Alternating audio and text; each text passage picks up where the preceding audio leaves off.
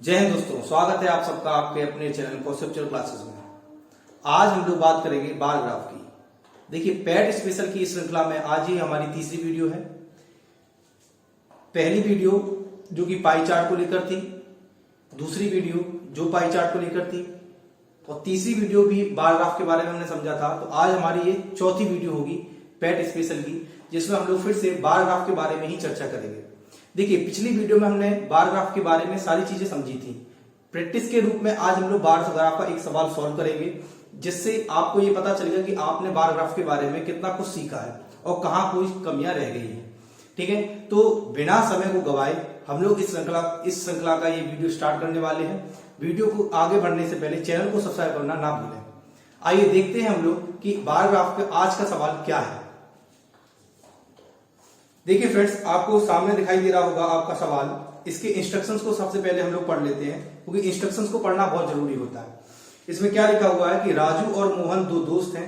उन्होंने दो नई कंपनियों की शुरुआत की। राजू की कंपनी का नाम एबीसी प्राइवेट लिमिटेड है और मोहन की कंपनी का नाम XYZ प्राइवेट लिमिटेड है।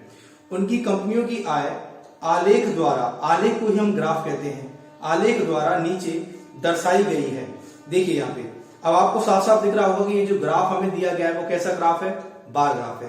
क्योंकि यहाँ पे कहीं भी सर्कल की बात नहीं हो रही। अगर सर्कल में डेटा को दिखाया जाता तो वो कौन सा ग्राफ होता, पाई ग्राफ होता। पाई ग्राफ की भी सवाल होता तो हम लोग आसानी से कर सकते थे, क्योंकि हम लोग बहुत अच्छी तरीके से उसको समझ चुके हैं। देखिए, पहला सवाल आपसे क्या पूछा जा रहा है कि कंपनियों की आय लाख में दी गई है। मतलब यहाँ पे जो डेटा आपको दिया गया है 30, 25, 20, 15, 10, 5 और 0, ये सब किसमें है, लाखों में है। यानी कि हम 5 ना दिखकर यहाँ पे क्या है 5 लाख होगा, 10 ना होकर क्या होगा 10 लाख होगा, 15 ना होकर क्या होगा 15 लाख होगा। आई थिंक आपको ये चीजें समझ में आ रही होंगी। ठीक है, तो हम लोग पहले सवाल की तरफ चलते हैं। देखिए, पहला सवाल हमसे क्या कह रहा है कि 2010 से 2015 तक एबीसी प्राइवेट लिमिटेड की औसत आय क्या है। आप लोग ध्यान से देखिए, इसमें एबीसी प्राइवेट लिमिटेड है और XYZ प्राइवेट लिमिटेड है। हमसे जो बात कही गई वो एबीसी प्राइवेट लिमिटेड की बात कही गई है। आपको दिख रहा होगा जो इसकी एक्स एक्सिस है, इस ग्राफ की जो एक्स एक्सिस है उस पर हमें क्या दी गई है, ईयर्स दी गई हैं। 2010, 2012, 2013, 2014 और 2015। हमसे पूछा गया है 2010 से 2015 तक, यानी जितनी भी ईयर्स दी गई हैं उन सभी ईयर्स में एबीसी प्राइवेट लिमिटेड की औसत आय क्या रही होगी। तो सबसे पहले तो हमें पता होना चाहिए कि औसत क्या होता है। हम लोग बहुत अच्छी तरीके से समझ चुके हैं कि औसत क्या होता है। Sum of observation divided by number of observation. तो यहाँ पे सम ऑफ ऑब्जर्वेशन करना होगा, यानी जितनी भी डेटा दिया गया है, जितना भी डेटा दिया गया है उन सभी डेटा को हमें क्या करना होगा, पहले ऐड करना होगा और उसके नंबर ऑफ ऑब्जर्वेशन से क्या हमें देना होगा, भाग देना होगा। यानी जितनी भी सन हमें दी गई है उन सनों की संख्या से हमें क्या देना होगा, भाग देना होगा। यही औसत होता है। तो सबसे पहले तो हमें डेटा को देखना है। देखिए, ध्यानपूर्वक देखिए, आपको सवाल दिख रहा होगा कि 2010 में अगर मैं पूछूं आपसे कि एबीसी प्राइवेट लिमिटेड की आय क्या रही होगी, तो आप कहेंगे सर 2010 में जो एबीसी प्राइवेट लिमिटेड की आय है वो कितनी है, 5। ये 5 ना होकर 5 लाख है, लेकिन हम लोग कैलकुलेशन को आसान करने के लिए इसको सिर्फ 5 रख रहे हैं अभी। आगे देखिए, हमसे 2015 तक कहा गया है, तो हमें सभी ईयर्स का डेटा लिखना पड़ेगा। 2012 का कितना है, 2012 का एबीसी प्राइवेट लिमिटेड का डेटा है 9 लाख। ठीक है, 13 का कितना दिया गया है, 14। 13 का कितना दिया गया है, 14। 14 का कितना दिया गया है, 14 का दिया गया है 22। और 15 का पूछा जाए तो 15 का कितना दिया गया है, 15 का दिया गया है 21, 22, 23। ठीक है, 15 का कितना दिया गया है 23। तो यही डेटा हमारे पास है। ये सभी डेटा किसमें है, लाख रुपए में है। किसमें है, लाख में है। अब देखिए, इसको हम क्या करेंगे, जोड़ेंगे तो जोड़ो जरा। 9, 5, 14, 14, 4, 18, 18, 2, 20, 20, 3, 23, 23 की 3 और यहां से लगा 2, 2, 2, 4, 2, 6 और 1, 7। ये कितना होगा, 73। 73 ना होगा, इसको क्या बोलेंगे, 73 लाख। ये कितना है, तो ओवरऑल 73 लाख है। तो देखिए, सम ऑफ ऑब्जर्वेशन तो हमारा आ चुका है, यानी जितना भी एबीसी कंपनी का जो डेटा था उस डेटा का हमने निकाल लिया है सम। तो इसका सम 73 लाख होगा। अब 73 लिखा है, लाख को अलग लिख लो। 1, 2, सैकड़ा, हजार, 10,000। 1 लाख में कितनी जीरो होती हैं, 5। 1 लाख में कितनी जीरो होती हैं, 5 जीरो होती हैं। आई थिंक आपको ये ना बताना पड़े। ठीक है, अब देखिए कितनी सन थी, 1, 2, 3, 4, 5। तो 5 से क्या देना होगा, भाग। यही औसत होगा, यही हमारा क्या होगा, औसत होगा। देखिए कितना आसान क्वेश्चन है, 5 से भाग देना है तो देखो इसको काटो, 5 दूनी 10 और कितनी जीरो बचेगी शेष 4। अब देखिए इसका गुना करना है तो 3 दूनी 6 और 7 दूनी 14 और कितनी जीरो शेष थी 4, तो 4 जीरो शेष थी, उनको हमने आपस में लिख लिया। तो कितना हो जाएगा 1,46,000, 1,46,000 यही हमारा क्या होगा आंसर, यानी जो औसत निकल के आया है एबीसी कंपनी का वो कितना निकल के आया है 1,46,000। आई थिंक आपको इस सवाल में कोई समस्या नहीं रही होगी, क्योंकि हम लोग पिछली वीडियो में बार ग्राफ के बारे में बहुत अच्छी तरीके से समझ चुके हैं। यहाँ पे सिर्फ और सिर्फ आपको प्रैक्टिस कराई जा रही है, तो प्रैक्टिस के रूप में मुझे नहीं लगता है कि आपको इस सवाल में कोई दिक्कत होगी। सिंपली आपसे औसत पूछा गया है, किस कंपनी का, एबीसी कंपनी का। तो एबीसी कंपनी का सारा डेटा लिखिए और डेटा लिखने के बाद जैसे औसत निकालते हैं वैसे औसत निकाला गया है, बस और कुछ है ही नहीं इसमें। हम लोग अगले सवाल की तरफ मूव करते हैं। आइए फ्रेंड्स हम लोग अगले सवाल की तरफ मूव करते हैं। देखिए पहला सवाल जो था उसमें हमसे एबीसी कंपनी का पूछा गया था, इस वाली कंपनी इसमें क्या सवाल पूछा गया है कि वर्ष 2010 से 2015 तक XYZ प्राइवेट लिमिटेड कंपनी की औसत आय कितनी है। तो आपको साफ साफ दिख रहा है कि जो बार ग्राफ दिया गया है उसमें दो कंपनियां हैं, एक कंपनी एबीसी है, एक कंपनी XYZ है। पहला सवाल जो बना था वो एबीसी कंपनी को लेकर बना था और जो दूसरा सवाल है वो XYZ कंपनी को लेकर। सवाल हूबहू वही है, बस डेटा बदल जाएगा, क्योंकि पहले सवाल में हम लोगों ने एबीसी कंपनी के डेटा को देखा था। यहाँ भी हमें औसत निकालना है, लेकिन जो औसत निकालना है वो किस कंपनी का निकालना है, XYZ प्राइवेट लिमिटेड का। तो आइए हम लोग देखते हैं इस सवाल को कैसे करना है। बिल्कुल ही वैसे ही सेम करना होगा हमें जैसे हमने पिछला सवाल किया है। 2010 में अगर XYZ प्राइवेट लिमिटेड का डेटा देखा जाए तो कितना होगा 4, कितना है 4। बस डेटा को आराम से देखना है। देखो 0 से 5 तक कितनी लाइन होंगी 5, बार ग्राफ आपने देखा होगा, बार का जो पेपर होता है तो 0 से 5 तक कितनी लाइनें हैं 5 लाइनें हैं। तो अगर 5 से नीचे कहीं रहता है तो हमें लाइनें गिननी पड़ेगी। जैसे यहाँ पे देखो 0 के बाद 1 2 3, ठीक है ना, और 4, यानी चौथी लाइन तक डेटा जा रहा है। तो हमारा आंकड़ा कितना होगा 4 लाख का। एक लाइन 1 लाख को रिप्रेजेंट कर रही है, एक लाइन यहाँ पे 1 लाख को रिप्रेजेंट कर रही है, ठीक है। अब यहाँ पे देखिए 2012 में अगर हम यही बात करते हैं कंपनी XYZ की, तो 12 में कितना है, देखो 10 तो था, 10 से ऊपर एक लाइन और गई है तो कितना हो जाएगा 11, यानी कि XYZ में कितना हो गया 11 2012 में। 2013 में देखेंगे तो कितना होगा, देखो 5 तक तो था, 5 से ऊपर गया है 6 7 8, यानी कि कितना हो जाएगा 8। उसके बाद देखो 14 में कितना हो रहा है, 14 में देखो 20 तो था और ओवरऑल पूरा 25 पे जाके एंड हो रहा है, तो 14 में कितना है 25 है। और 15 में देखोगे तो कितना हो रहा है 20 तक तो दिख रहा है, 20 के बाद एक और अधिक चले है, यानी कितना है 21 है। इतना डेटा किसका होगा, ये XYZ कंपनी का होगा। यानी हमने यहाँ पे ये भी क्या निकाला है, ये हमने यहाँ पे निकाला कि XYZ प्राइवेट लिमिटेड जो कंपनी है उसके 5 वर्षों का जो डेटा दिया गया वो हमने निकाल लिया। अब चूंकि हमें औसत चाहिए तो इनको हमें क्या करना होगा, ऐड करना होगा। ऐड करो, 4 और 1 5, 5 और 5 10, 10 और 8 18, 18 और 1 19, 19 की 9 और हाथ से लगा 1, 1 और 1 2, 2 2 4, 4 2 6, तो कितना आएगा 69। ये 69 ना होकर क्या है 69 लाख है, क्योंकि साफ साफ आपसे क्वेश्चन में कहा गया कि यहाँ पे जितना भी डेटा दिया गया है वो सब किसमें है, लाख में। कितने है, लाख में है। तो देखो ये 69 ना होगी, पूरा एग्जैक्ट डेटा की अगर बात की है तो 69 लाख है। कितना है 69 लाख, और 1 लाख में कितनी जीरो होती है 5 जीरो होती है, ठीक है।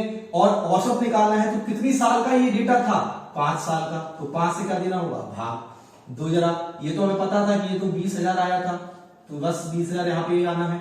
अब 69 में गुना होना है तो 9 दूनी 18 की 8 हासिल लगा 1, 6 दूनी 12 और 1 13 और 4 जीरो ये जैसी थी वो एज इट इज उतर जाएंगी। तो आंसर क्या होगा 1,38,000। यही हमारा कंपनी XYZ प्राइवेट लिमिटेड का औसत होगा। कंपनी XYZ प्राइवेट लिमिटेड का औसत कितना होगा 1,38,000। आई थिंक आपको कोई समस्या नहीं रही होगी इस सवाल में। सेम हूबहू पिछले सवाल की तरह से सवाल था, बस वहां पे कंपनी एबीसी थी, यहाँ पे कंपनी XYZ है। चलिए हम लोग आगे बढ़ते हैं अगले सवाल की तरफ। आइए फ्रेंड्स अगले सवाल की तरफ मूव करते हैं।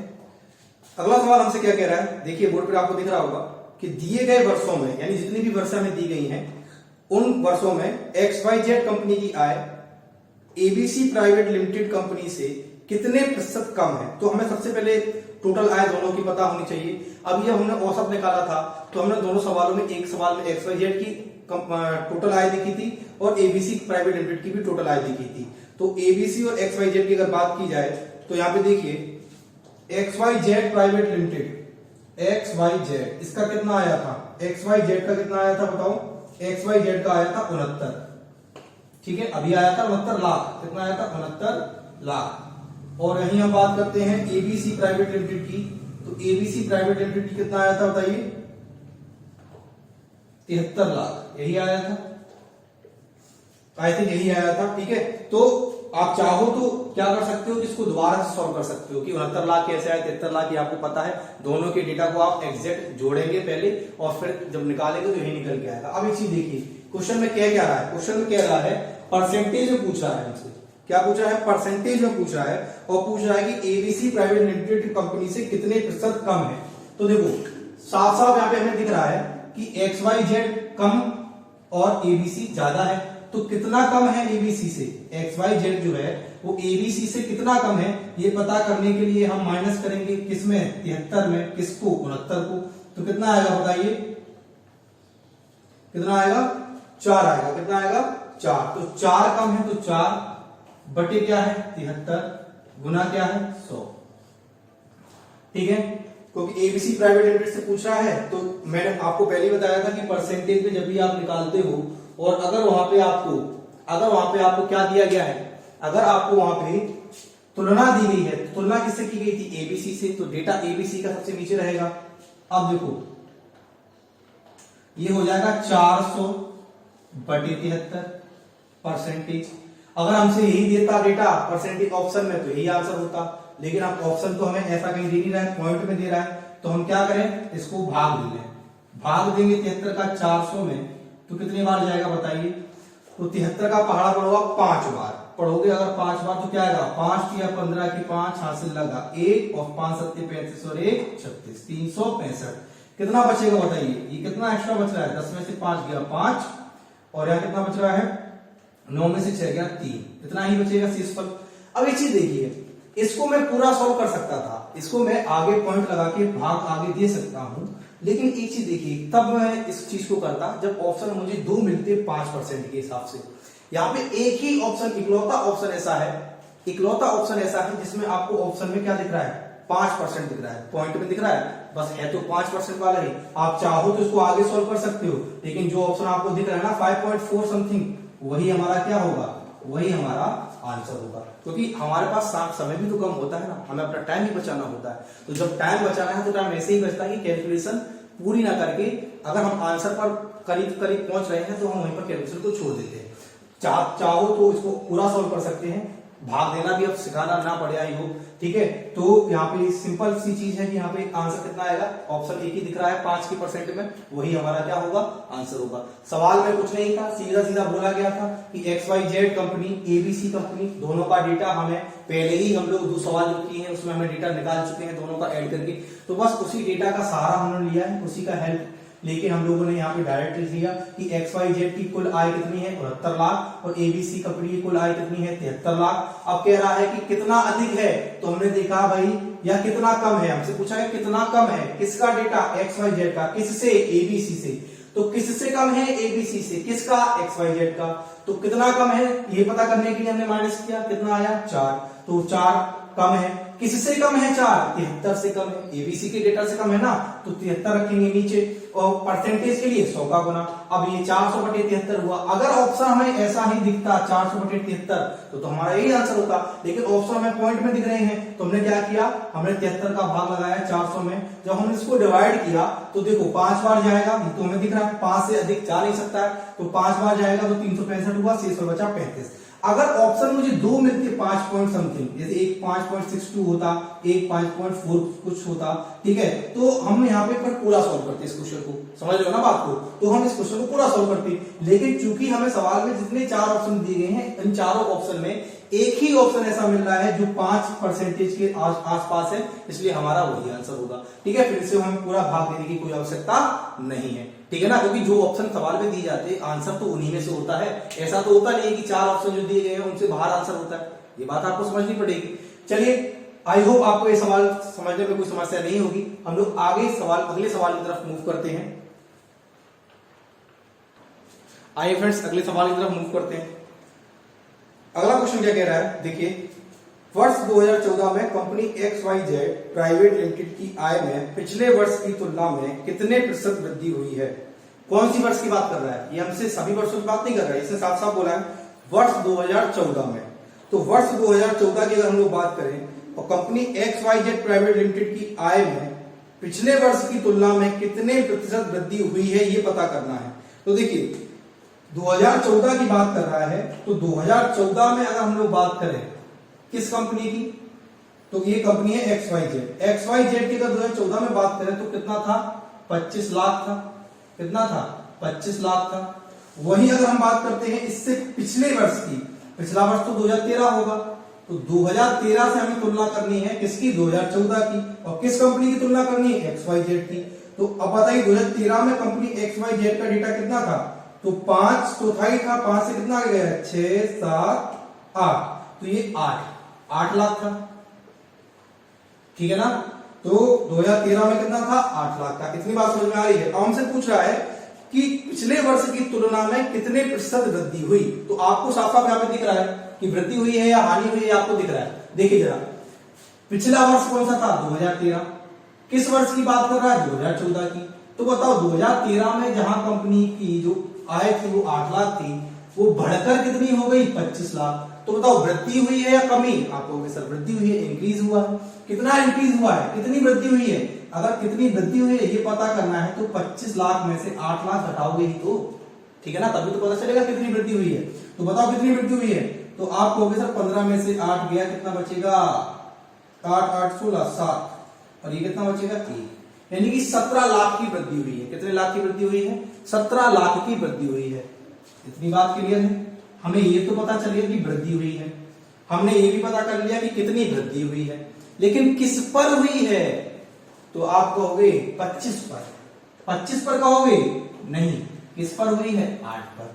पिछले सवाल में भी हमने ऐसी बात कही थी कि देखो अगर मैं ये कहूं कि मुझे लाभ हो रहा है या हानि हो रही है, ये डिसाइड किस पर होता है, सीपी पर होता है।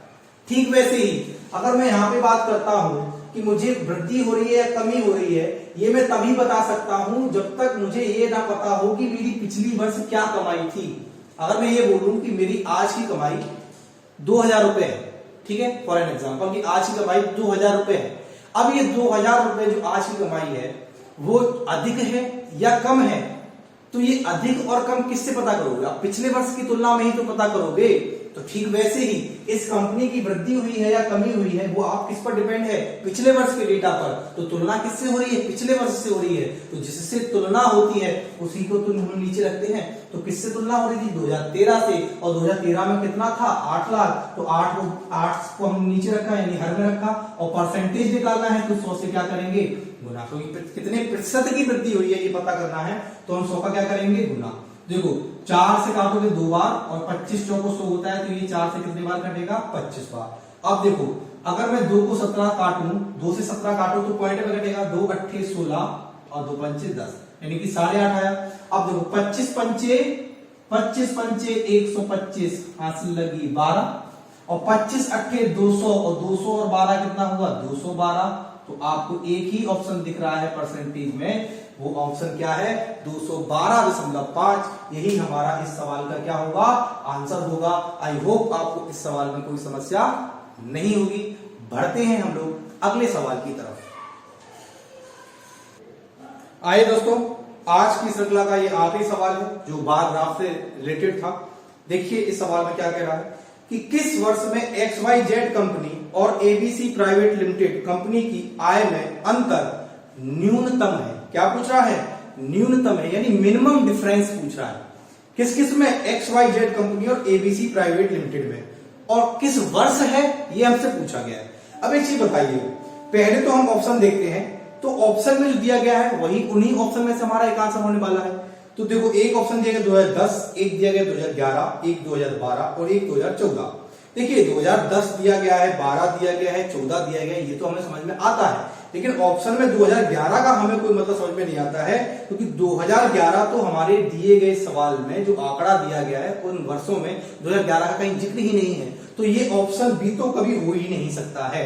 अब हम बात करते हैं कि 2010 की अगर बात करें तो देखो 2010 में इन दोनों कंपनियों के बीच में कितना अंतर रहा है। तो आप कहेंगे कि अगर ABC की बात करें 2010 में तो वो था 5 लाख, ठीक है, और अगर हम लोग XYZ की बात करें 2010 में तो वो कितना था, 4 लाख, यानी इन दोनों का अंतर कितने का है, 1 लाख का है। कितने का है?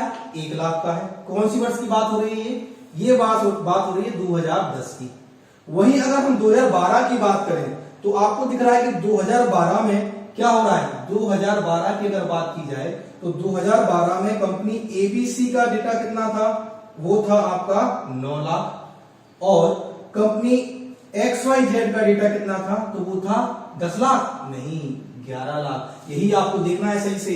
डेटा अगर आपने गड़बड़ी कर दी ना तो आपका सवाल भी गलत हो जाएगा। तो इसमें 10 नहीं है, कितना है? देखो 10 से 1 अधिक है, कितना है? 11 है। इन दोनों का अंतर कितना है? 2 लाख का। अब एक चीज बताओ, इसके अलावा तो सबसे ज्यादा अंतर हर ज्यादा जगह अंतर ज्यादा है, यहीं पर जो है अंतर न्यूनतम दिख रहा है हमें इन्हीं 2 वर्षों में। ठीक है, आप चाहो तो आपका होमवर्क है 2014 वाला, आप चेक कर लेना। ठीक है, तो देखो 2010 में अंतर कितने का था? 1 लाख का। 2012 में अंतर कितने का है? 2 लाख का। तो बताओ कौन सा आंसर सही होगा? कौन सी ईयर में कब से न्यूनतम है? हमसे अधिकतम नहीं पूछ रहा है, हमसे न्यूनतम पूछ रहा है। तो न्यूनतम कौन है? 1 लाख वाला। और ये 1 लाख का अंतर कब आया है? किस वर्ष में आया है? 2010 में। तो ये हमारा आंसर नहीं होगा। हमारा आंसर क्या होगा? 2010, यानी ऑप्शन ए हमारा क्या होगा? इसका बिल्कुल राइट आंसर होगा। बताइए कोई समस्या इस सवाल में? ठीक है, तो आज का जो बार ग्राफ की वीडियो थी इसमें 5 सवाल आपको पता है कि आप कोई भी ग्राफ लेंगे, चाहे पाई चार्ट हो, चाहे टेबल चार्ट हो, चाहे लाइन चार्ट हो और चाहे बार ग्राफ हो, सभी में आपसे 3 और मैक्सिमम 5 सवाल तो बनते ही हैं। ठीक है, तो हमने पिछली वीडियो में बार ग्राफ को समझा था, इस वीडियो में भी हमने बार ग्राफ को ही समझा है। और मुझे नहीं लगता है कि अब बार ग्राफ में समझने में कुछ रह गया है। ठीक है, बार ग्राफ से रिलेटेड जितनी भी प्रॉब्लम आपको हो सकती थी वो इन 2 वीडियो में जो मैंने 2 सवाल लगाए हैं उनसे आपको क्लियर हो चुकी होंगी, ऐसी मेरी आशा है। लेकिन अगर आपको कोई भी समस्या होती है, कोई भी डाउट होता है तो आप कमेंट करें, जिससे मैं आपकी समस्या को सॉल्व कर सकूं। चलिए आज के लिए इतना ही वीडियो, मिलते हैं अगली वीडियो में एक नए टॉपिक के साथ। और टॉपिक भी मैं बता देता हूं कि अगली वीडियो का टॉपिक होगा लाइन चार्ट। ठीक है ना, तो लाइन चार्ट क्या है, क्या कैसे इससे सवाल बनते हैं, वो सारी बातें हम लोग अगली वीडियो में करेंगे। आज की वीडियो में बस इतना ही। ठीक है, जय हिंद दोस्तों।